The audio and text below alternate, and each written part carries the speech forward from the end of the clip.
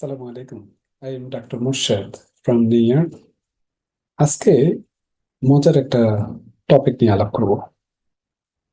বর্তমান যুগে তো সবই হচ্ছে যে ডিজিটাল যুগ। আমাদের হাতে এখন স্মার্ট স্মার্ট ওয়াচ আছে। তো আজকে যে জিনিসটা নিয়ে কথা বলবো সেটি হচ্ছে যে এই যে বর্তমানে আমাদের বিভিন্ন স্মার্ট ওয়াচ আছে, সেটি কি হার্ট অ্যাটাক হবে কি না সেটি বলে দিতে পারবে কিনা।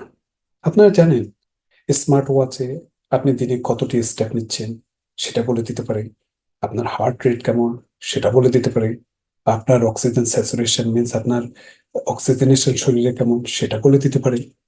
তারপর আপনার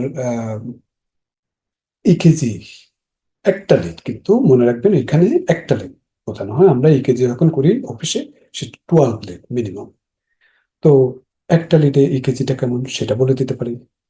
তারপর আপনার হার্ট রেটটাকে বেশি হচ্ছে না কম হচ্ছে সেটা বলে দিতে পারে। যেমন আপনারা জানেন যে হার্ট রেট 60 থেকে 100, এটা হচ্ছে যে নর্মাল রেঞ্জ। এর থেকে কম হলে আমরা সেটাকে ব্রেডিকার্ডিয়া বলে থাকি, এর থেকে বেশি হলে সেটাকে আমরা টেকিকার্ডিয়া বলে থাকি। মানে 100-এর উপর হলে টেকিকার্ডিয়া বলে দিতে পারি। তো এই যে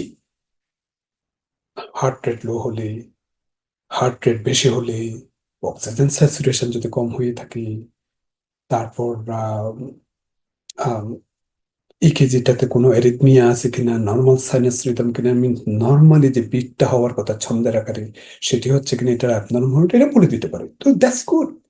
কোনো ধরনের এই ধরনের প্রবলেম হলে, আপনার যদি সিমটম দেখা দেয়, যদি কোনো অস্বস্তি লাগে, কোনো শরীরে যদি খারাপ ফিল করে থাকেন, পালপিটেশন বলেন, শর্টনেস অফ ব্রেথ বলেন, চেস্ট ডিসকমফোর্ট বলেন, তাহলে আপনি আপনার ডাক্তারের কাছে যাবেন এবং বলবেন যে আপনার স্মার্ট ওয়াচে ও কিছু এই ধরনের ইঙ্গিত দিচ্ছে, সুতরাং আপনি একটু সতর্ক হন।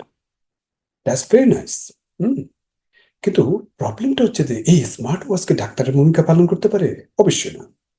আপনার বুকের যে পালপিটেশন হলে সেটা অনেক কারণে হতে পারে। আপনার গ্লুকোজ কমে গেলে হতে পারে, গ্লুকোজ বেশি হলে হতে পারে, মানসিক চাপ থাকলে হতে পারে, হরমোনাল সমস্যা থাকলে হতে পারে, অতিরিক্ত ধূমপান দুশ্চিন্তা করলে হতে পারে, তারপর থাইরয়েডের প্রবলেম হলে হতে পারে, হাই ব্লাড প্রেশার জনিত কোনো কারণে হলে হতে পারে। তো সুতরাং অনেক কিছু এখানে আমাদের আহ, কাছে যখন আপনারা আসবেন তখন আমরা এটা ডায়াগনোজ করতে পারি, এবং সেটার সাথে সাথে আমরা আরো ব্লাড টেস্ট বলেন কিংবা অন্যান্য আরো অনেক টেস্ট আছে, সেটিও করা যেতে পারে। যে আপনার সিমটমের সাথে আপনার যে আহ, যেটি ধরা পড়েছে আপনার স্মার্ট ওয়াচে, তাহলে আমরা অনেক কিছু নির্ণয় করতে পারি।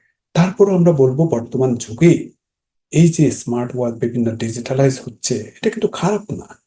আপনাকে একটু অগ্রিম বার্তা দিচ্ছে যে আপনি এখন ডাক্তারের কাছে যান, ডাক্তার হয়তো আপনাকে আরো পরীক্ষা করার দরকার আছে।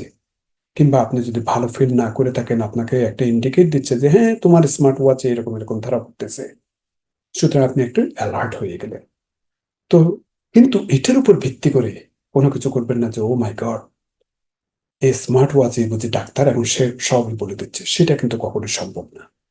আমাদের এই ডিজিটাল যুগে সবকিছুই আমাদেরকে আগাম অনেক সতর্ক করতে পারে, এবং এট দ্য সেম টাইম কিন্তু হিউম্যান বিইং অবশ্যই দরকার।